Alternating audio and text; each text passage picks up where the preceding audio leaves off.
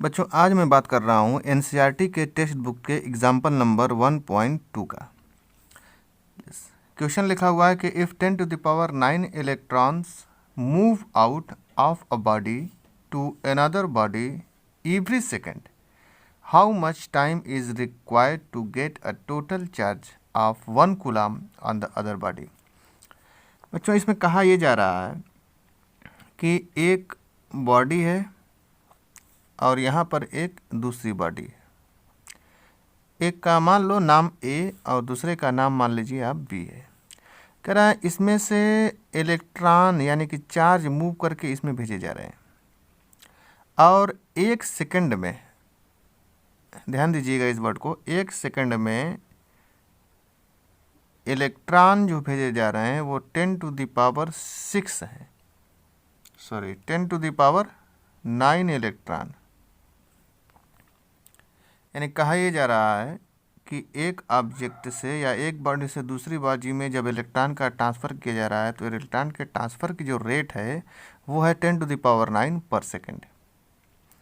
तो ये आपसे सवाल ये पूछा जा रहा है कि जब ऐसा होगा तो ये बताइए कि इस बॉडी में यानी कि ए से बी में इलेक्ट्रॉन ट्रांसफ़र होगा। जब इलेक्ट्रॉन ट्रांसफ़र होगा तो इस बॉडी के ऊपर टोटल 1 कूलम का चार्ज आने में कितना टाइम लगेगा। 1 कूलम का चार्ज बी पा लेगा, 1 कूलम का चार्ज बी पर आ जाएगा, ऐसा होने में कितना टाइम लगेगा, यही टाइम आपको निकालना है। जो सवाल बहुत सीधा सा है। अगर आपने मेरा वो वाला टॉपिक, इससे पहले वाले टॉपिक को नहीं देखा है तो सबसे पहले उस टॉपिक को देखिए। मैंने क्वांटाइजेशन ऑफ चार्जेस के बारे में बात किया है। अब बताइए कि क्वांटाइजेशन ऑफ चार्जेस का मतलब होता है Q is equal to n e. N एक इंटीग्रल मल्टीपुल है, एक इंटीजर है। ई का मतलब है चार्ज ऑफ इलेक्ट्रॉन। अब बताइए कि एन दिया हुआ है, इसका मतलब है कि नंबर ऑफ इलेक्ट्रॉन कितने हैं, 10 to the power 9, ये गिवन है। ये 10 to the power 9 electron moves, यानी कि 10 to the power 9 इलेक्ट्रॉन निकल रहा है। यानी कि यहाँ पर लिखा जा सकता था 10 to the power 9, और एक इलेक्ट्रॉन का चार्ज होता है 1.6 into 10 to the power -19 coulomb. ये क्यू की वैल्यू हो गई। अब इसको थोड़ा अगर सॉल्व कर दें आप तो आप पाएंगे 1.6 into 10 to the power -10 coulomb. ये हुआ क्यू की वैल्यू। अब देखिए तो कहा यह जा रहा है कि 1.6 into 10 to the power -10 coulomb charge का ट्रांसफ़र होने में 1 सेकेंड लगता है। बहुत सिंपल सी चीज़ है। 1.6 into 10 to the power -10 coulomb का चार्ज ट्रांसफ़र होने में यहाँ से यहाँ तक कितना टाइम लगता है, 1 सेकंड लगता है। ये गिवन है। तो बताइए कि 1 कूलम चार्ज का ट्रांसफ़र होने में कितना टाइम लगेगा, यानी कि 1/1.6 इंटू 10 to the power -10। अगर इसको हम सॉल्व कर देते हैं तो ये वैल्यू आती है लगभग 6.25 into 10 to the power 9 second. ये सेकंड को अगर हम ईयर में कन्वर्ट कर लें तो ये हो जाएगा लगभग 198 ईयर। बताइए 1 कूलम का चार्ज ट्रांसफ़र होने में जो टाइम लगता है वो 198 साल लगता है, या हम ऐसे ऐसे मान सकते हैं इसे कि 2 साल लग रहा है।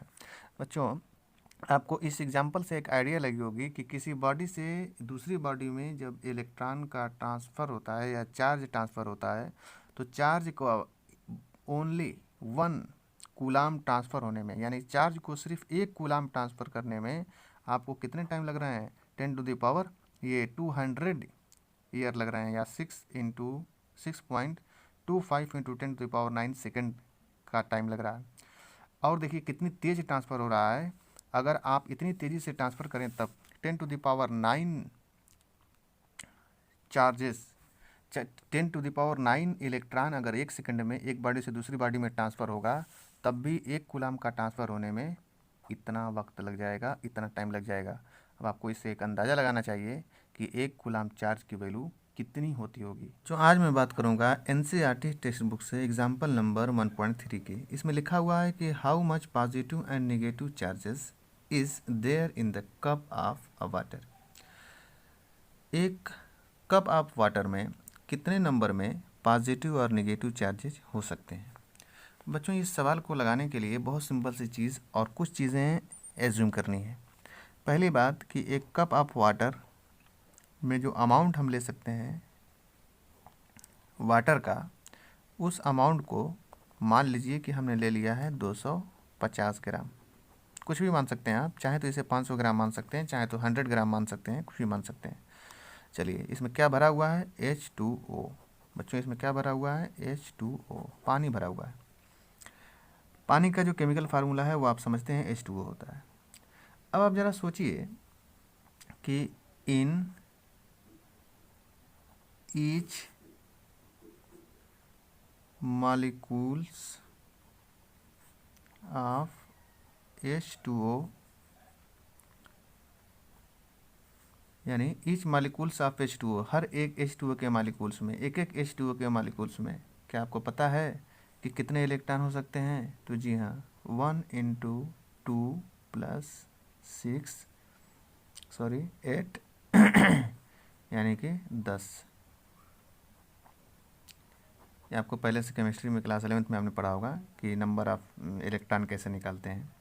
तो देखिए, हमने वही बात की है, ये सारी चीज़ें अभी हमने बिल्कुल ब्रीफ कर रहे हैं कि in each molecules of H2O, पानी के हर एक मॉलिक्यूल्स में लगभग 10 इलेक्ट्रॉन पाए जाएंगे। एक मॉलिक्यूल्स में 10 इलेक्ट्रॉन पाए जाएंगे।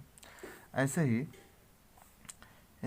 आप ऐसा सोचिए कि हर एक H2O का जो मॉलिक्यूल्स होगा उसका मॉलिक्यूलर मास कितना होगा, यानी H2O का मॉलिक्यूलर मास कितना होगा बच्चों? मॉलिक्यूलर मास आप समझते हैं इस बात को कि H2O यानी 1 इंटू 2 प्लस 16 यानी कि 18 ग्राम। अब आ जाइए सिंपल सी चीज़ पर। यहाँ से ज़रा सोचिए आप कि 18 ग्राम यानी 18 ग्राम वाटर में टोटल नंबर में कितने मॉलिक्यूल्स होंगे? तो आप कहेंगे कि एवोगैड्रो नंबर के इतना होंगे, यानी 6.023 इंटू 10⁻23 मॉलिक्यूल्स। देखिए, 18 ग्राम में इतने मॉलिक्यूल्स पाए जाएंगे। इसी तरीके से आपको कहा जाए कि अगर 1 ग्राम में निकालिए तो आप क्या करेंगे? इसमें 18 से डिवाइड कर देंगे, यानी कि 6.023 इंटू 10⁻23 डिवाइडेड बाई 18। अब आप कहेंगे कि 1 ग्राम में इतने मॉलिक्यूल्स पाए जाएंगे। अब बताइए, ऐसे ही आपने कितना क्वांटिटी एज्यूम किया हुआ है? 250 ग्राम। यानी कि आपसे कहा जाए कि 250 ग्राम में कितने मॉलिक्यूल्स पाए जाएंगे, तो आप कहेंगे 6.023 into 10⁻23 divided by 18 multiplied by 250 molecules. अब जरा आप सोचिए 2 मिनट के लिए कि चार्ज निकालना है आपको। इस कप ऑफ वाटर में जो पानी भरा हुआ है, जितने अमाउंट में भरा है, सबकी वजह से कितने चार्ज पॉजिटिव हैं और कितने चार्ज नेगेटिव हैं। तो यहाँ पर बहुत ज़्यादा सोचने की ज़रूरत नहीं है आपको। क्वांटाइजेशन ऑफ चार्जेस का फार्मूला आपने पढ़ा होगा, Q is equal to N into E। अब समस्या है कि नंबर ऑफ़ चार्जेस हम अगर निकाल लें, नंबर ऑफ़ इलेक्ट्रॉन अगर निकाल लें, तो हमें टोटल नंबर ऑफ़ चार्ज पता चल जाएगा। तो देखिए, सारी कहानी यही थी, नंबर ऑफ़ इलेक्ट्रॉन ही निकालने वाली जो भी यहाँ पर प्रॉब्लम थी वही थी। अब यहाँ से आप सोचिए कि आपको ये बात पहले से पता थी कि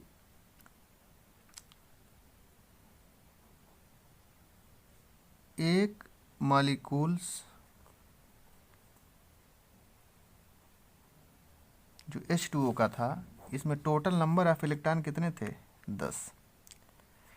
यानी एक मॉलिक्यूल्स में, पानी के एक मॉलिक्यूल्स में नंबर ऑफ इलेक्ट्रॉन कितने हैं? 10। मैं फिर दोहरा रहा हूँ, पानी के एक मॉलिक्यूल्स में नंबर ऑफ इलेक्ट्रॉन कितने हैं?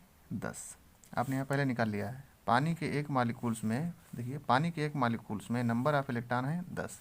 हमने वही लिखा है, पानी के एक मॉलिक्यूल्स में नंबर ऑफ इलेक्ट्रॉन है 10। आगे तो बताइए कि पानी की क्वांटिटी हमारे पास है कितनी?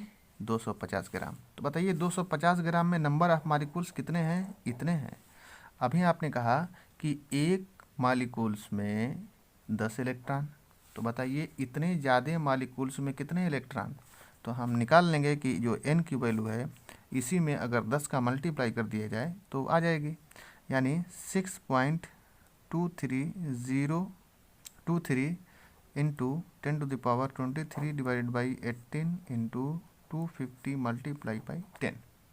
यानी अगर इसमें 10 का मल्टीप्लाई कर देंगे आप तो आपको नंबर ऑफ इलेक्ट्रॉन पता चल जाएंगे कि 250 ग्राम मॉलिक्यूल्स में टोटल नंबर ऑफ इलेक्ट्रॉन कितने थे। तो आपने निकाल लिया इतने थे। तो अब ज़रा सोचिए, चार्ज निकालना बेहद आसान है। Q is equal to n e. अब बताइए इस फार्मूले में अगर नंबर ऑफ ये चार्ज ऑफ इलेक्ट्रॉन से मल्टीप्लाई कर दिया जाएगा, इस फार्मूले को देखिए एन ई। एन तो आपको पता हो गया इतना है। ई की जगह पर 1.6 इंटू 10⁻⁻19 का मल्टीप्लाई कर दिया जाए तो ई की वैल्यू लिख देने से हमें टोटल नंबर ऑफ चार्ज पता चल जाएंगे। वही करिए, यानी यहाँ पर लिख दीजिए कि 6.023 इंटू 10⁻23 18 इंटू 250 इंटू 10। हमने तो अभी इतना उतार दिया है, इसको लिखना है आपको। तो इसकी वैल्यू होती है 1.6 इंटू 10⁻⁻19 कूलाम। ये सारी वैल्यू को अगर आप सॉल्व कर दें तो आपके पास जो वैल्यू निकल कर आएगी वो वैल्यू होगी लगभग 1.34 इंटू 10⁻7 कूलाम। अब यही टोटल चार्ज की वैल्यू है बच्चों। ये प्लस और माइनस दोनों आप चाहें तो इसे लिख सकते हैं। यही आपका आंसर होगा, यानी कि इतने नंबर में प्रोटॉन होंगे और इतने नंबर में इलेक्ट्रॉन होंगे।